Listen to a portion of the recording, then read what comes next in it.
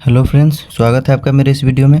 आज के वीडियो में हम लोग सीखेंगे किसी भी संख्या का घनमूल निकालना। यहाँ पे हमारा क्वेश्चन दिया गया है, निम्न संख्याओं के घनमूल ज्ञात कीजिए। हम लोग एक छोटा नंबर, बड़ा नंबर सभी क्वेश्चन को लिया है। अगर आप इस तीनों को सीख जाते हैं कैसे घनमूल लिया, तो आप बड़ा से बड़ा और छोटा से छोटा क्वेश्चन को आप लोग घनमूल निकालना सीख सकते हैं। ठीक है, हम लोग सबसे पहले ये जान लेते हैं घनमूल कैसे निकालते हैं, कौन सी संख्या के निकालते हैं, उसका प्रोसीजर जान लेते हैं। ठीक है, देखिए, एक होती है अभाज्य संख्या है। घनमूल निकालने के लिए दो विधियां होती हैं, उन दोनों विधियों में एक विधि होती है गुणनखंड विधि से। तो उस गुणनखंड विधि से अगर हम लोग निकालते हैं तो अभाज्य संख्या की वहाँ पर ज़रूरत पड़ती है। ठीक है, उसको इंग्लिश में बोलते हैं प्राइम नंबर्स। 2, 3, 5, 7, 11, 13, 17 ये सभी क्या है, हमारे अभाज्य संख्या। आगे भी उसी तरह संख्या होती है। अभाज्य संख्या कौन सी संख्या होती है? जो संख्या किसी दूसरे संख्या से नहीं कटे, वो संख्या को क्या कहते हैं? अभाज्य संख्या कहते हैं। जैसे देखिए 2, ये कोई भी दूसरा संख्या से नहीं कटेगा। 5, 7, 3, 11, 13, 17 ये कोई भी दूसरे संख्या से नहीं कटेगा, तो इसको क्या कहते हैं? अभाज्य संख्याएं कहते हैं। ठीक है, अब देखिए क्या घनमूल यहाँ पे दिया हुआ है। घनमूल को इंग्लिश में क्यूब रूट भी कहते हैं। अगर सपोज 8 दिया हुआ है, इसका हम लोग को घनमूल निकालते, तो घनमूल कहने का मतलब क्या हुआ? कोई भी ऐसी संख्या जिनको उसी संख्या से 3 बार गुना किया जाए तो वो संख्या हम क्या 8 आना चाहिए।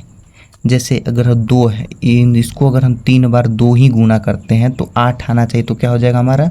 2 इस 8 का घनमूल हो जाएगा। तो एक बार और समझा देते हैं।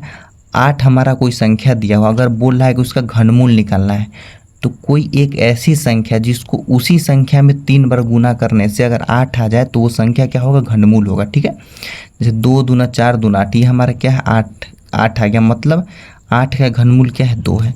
अगर 25 है तो वो ऐसी संख्या, एक ऐसी संख्या जिसको 3 बार आपस में ही गुना करने से 25 आना चाहिए। तो देखिए 5, 5 और 5 इन तीनों का गुना करते हैं, सॉरी 25 नहीं, यहाँ पे 125 होगा।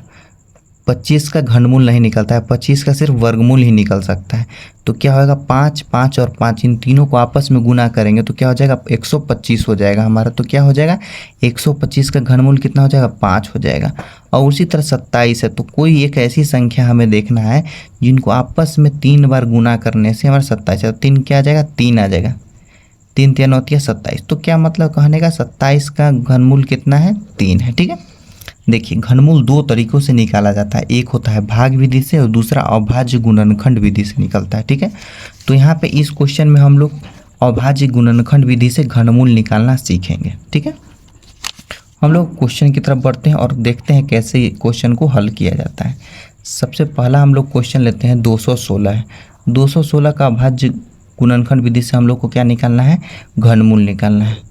सबसे पहले यहाँ पे ऊपर में लिख देते हैं जो हमारा अभाज्य संख्या होगा। हालांकि इसको लिखना ज़रूरी नहीं है, आप लोग को समझने के लिए लिख देते हैं 216। अब क्या करना है? सबसे छोटी अभाज्य संख्या सबसे पहले भाग देना है। जैसे सबसे छोटी अभाज्य संख्या क्या है? 2 है।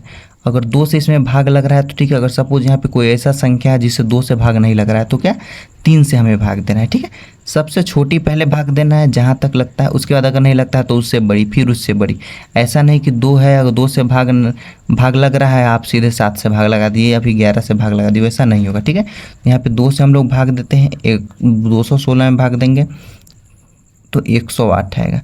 एक बार में 2 लगेगा, फिर एक में 2 से नहीं लगेगा तो यहाँ पे 0 उतरेगा, तो दोनों साथ में लगेगा 8 बार में।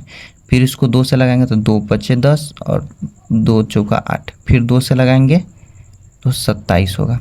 अब ये में 2 से नहीं लगेगा। अब 2 के बाद कौन सी अभाज्य संख्या है? 3 है।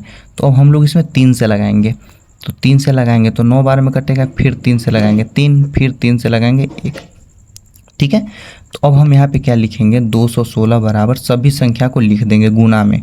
2 गुना 2 गुना 2 गुना 3 गुना 3 गुना 3। ठीक है, ऐसे हम लोग लिख देंगे।